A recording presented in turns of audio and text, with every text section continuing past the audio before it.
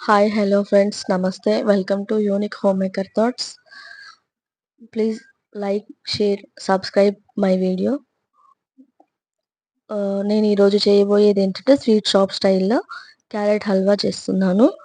ఈ carrot red colour carrot ఉంటే అది తీసుకోవచ్చు, లేదు అంటే అది దొరకకపోతే ఇది తీసుకోవచ్చు. నేనైతే ఒక హాఫ్ కేజీ క్యారెట్ తీసుకున్నాను. వాటిని మంచిగా కడిగి మొత్తం పీల్ అవుట్ చేసుకొని తురుముకోవాలి. దీంతో తురుముకోవాలి. ఈ తురుముకునే లోపు వేరే స్టవ్ మీద గిన్నెలో ఒక హాఫ్ లీటర్ వరకు పాలు తీసుకొని వేడి చేసుకోవాలి. ఈ పాలల్లో మాత్రం నీళ్లు వేయవద్దు, అసలు నీళ్ళు వేయకుండా వేడి చేసుకోవాలి. ఈ పాలు మరిగి మరిగి సగం అవ్వాలన్నమాట. అంటే సగం అయినా సరే, ఇంకా తక్కువ అయినా సరే, కానీ చాలా ఎక్కువగా మరిగించుకోవాలి. పావు లీటర్ అయ్యే వరకు మరిగించుకోవాలి. ఈ మరిగేలోపు మనం చేసేసుకుందాం వీడియో ఇది.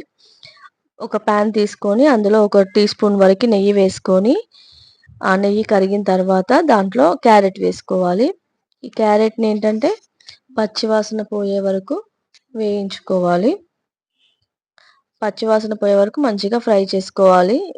ఇందులో వాటర్ ఉంటుంది కాబట్టి ఇది మాడిపోయే ఛాన్స్ ఏం లేదు. మనం నాన్ స్టిక్ ప్యాన్ తీసుకున్నాం కాబట్టి ఏమీ మాడిపోదు. ఇది కలుపుతూ ఉండాలి ఇట్లా. అందులోపు పాలు మరుగుతున్నాయి చూడండి, ఇలా మరిగించుకోవాలి. అంచుల పొంటి మొత్తం అంచులంబడి మీగడ పడుతుంది కదా, అది కూడా తీసి అందులోకే వేసేసుకోవాలి. ఈ పాలు అనేది చాలా చిక్కగా అవ్వాలి. ఇదే ఇంపార్టెంట్ దీనికి, ఈ రెసిపీకి. క్యారెట్ చూడండి ఇట్లా కలుపుతూ ఉండాలి. కలిపిన తర్వాత లిడ్ పెట్టేసుకోవాలి. మూత పెట్టుకొని అప్పుడప్పుడు మధ్య మధ్యలో చెక్ చేస్తూ ఉండాలి, కలుపుతూ ఉండాలన్నమాట. చూడండి ఇట్లా ఒకసారి మళ్ళీ కలిపి మళ్ళీ మూత పెట్టుకొని ఫ్రై చేసుకోవాలి. మీరు ఇంకా ఈ వీడియోని లైక్ చేయకపోతే లైక్ చేయండి ప్లీజ్. మనం తీసుకున్న క్యారెట్ హాఫ్ కేజీ కాబట్టి దీనికి 100 గ్రాముల చక్కెర సరిపోతుంది. ఈ 100 గ్రాముల చక్కెర సరిపోతుంది అన్నమాట. క్యారెట్ స్వీట్గా ఉంటుంది కదా, అందుకే 100 గ్రాముల షుగర్, 100 గ్రామ్స్ షుగర్ సరిపోతుంది. ఈ షుగర్ వేసుకొని మంచిగా కరిగే వరకు కలుపుకోవాలి. ఇలా కలుపుతూ ఉండాలి. చూడండి చక్కెర అంతా కరిగిపోతుంది, కలర్ కూడా చేంజ్ అవుతుంది లైట్గా. మనకి చక్కెర కరిగి కలర్ లైట్గా చేంజ్ అయిపోయింది. మనం ఇప్పుడు ఆ మరిగించుకున్న పాలు ఉన్నాయి కదా, అవి ఇందులో వేసేసుకోవాలి. ఈ పాలు వేసుకున్నాక కొంచెం ఎల్లో కలర్కి టర్న్ అవుతుంది ఇది.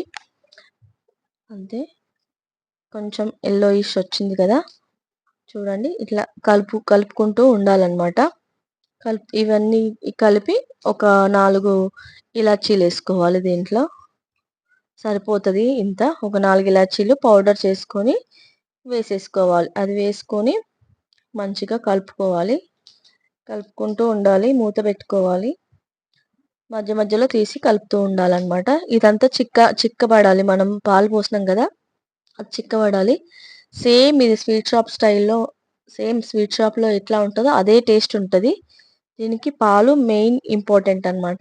మీరు ఇట్లా మరిగిన తర్వాత మీ దగ్గర ఏ డ్రై ఫ్రూట్స్ ఉంటే అవి వేసుకోండి. నేనైతే బాదం వేసుకున్నాను. ఇలా మంచిగా కలుపుకోవాలి. ఇంకా అయిపోయినట్టే ఈ రెసిపీ. దాదాపుగా చిక్కగా అవుతుంది. ఇంక ఇది చల్లారాక ఇంకా చిక్కగా అవుతుంది. ఇంకా దీన్ని సర్వ్ చేసేసుకోవడమే. చిక్కగా అయిపోయింది చూడండి. ఇది ఇట్లా అయినా తినొచ్చు, లేదంటే చల్లారిన తర్వాత అయినా తినేయొచ్చు. ఎట్లా మీకు ఎట్లా నచ్చితే అట్లా తినేయండి. ఇది వేడి కంటే చల్లారిన తర్వాత చాలా బాగుంటుంది. ఇది ఫ్రిడ్జ్లో ఒక 1 అవర్ అట్లా పెట్టి తీసి తినేయొచ్చు. ఇంకా సర్వ్ చేసేసుకోవడమే. ఇది కంప్లీట్గా ఫినిష్ అయిపోయింది. Please like my video please.